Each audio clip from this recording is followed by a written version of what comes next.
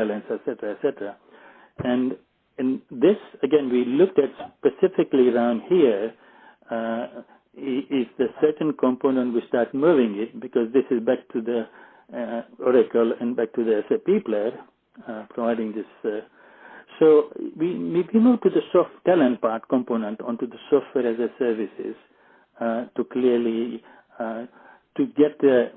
to basically get the advantage of we were looking in terms of what's available in the market rather than actually developing ourselves, but it's addressing those 3-4 criteria I outlined earlier. Maybe you can repeat the second part of your question because I probably didn't understood that. So my question is, I mean, you said earlier largely you use Oracle as a database on premise, right? Now, as you move maybe as a database, as a service on the cloud, do you still need to use Oracle, or can you maybe start using, for example, something else like Microsoft Azure, AWS in terms of Aurora, or even SAP in terms of HANA, because it sounds like you've already got SAP as well. So I'm trying to understand how sticky the providers are in terms of on-premise versus almost rewriting some of the applications for a cloud environment. Okay. So in terms of migrating to the cloud, if we are on an Oracle, would we actually go to the Oracle cloud? Yes. Yeah. Okay. Understood.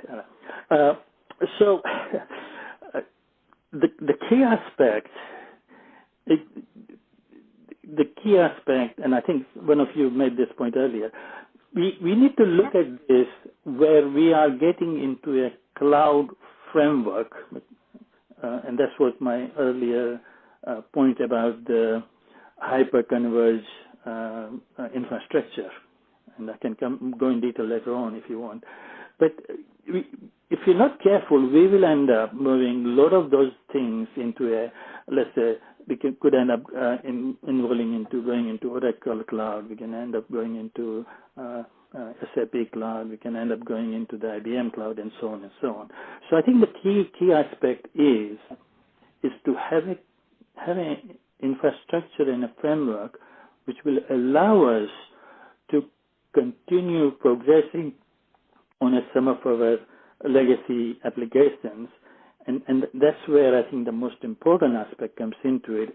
Otherwise, if we have gone into a multiple cloud services or multiple cloud services and deal with multiple cloud services providers, the infrastructure will get more complex as well. And obviously, the most important aspect with that comes in the cost. And this has been the issue as people have gone into the, if you use the cloud beginners, from cloud beginners to cloud maturity journey, different organization, institution would be at a different stage.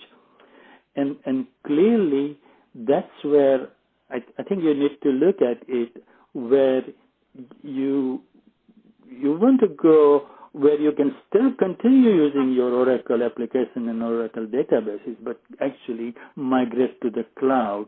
And so you have to pick the cloud infrastructure which will be able to provide it because changing large number of Oracle applications and databases is a massive undertaking, and it may not justify the business case. So you need to do it if you want to actually achieve your costing issues you have it with your computing, your storage, and your network. You want to reduce that, but without incurring extra cost, because in endgame the cost needs to go down. So that's what things. It's worth highlighting the API application interfaces, and there is clearly a market now where people are more and more developing APIs. So, Oracle would be providing APIs saying, use this set of APIs, or SAP in developing, saying these are the application interfaces you need to have it to migrate to the cloud infrastructure which you set up, and you are just actually going through it. So you can realize your benefits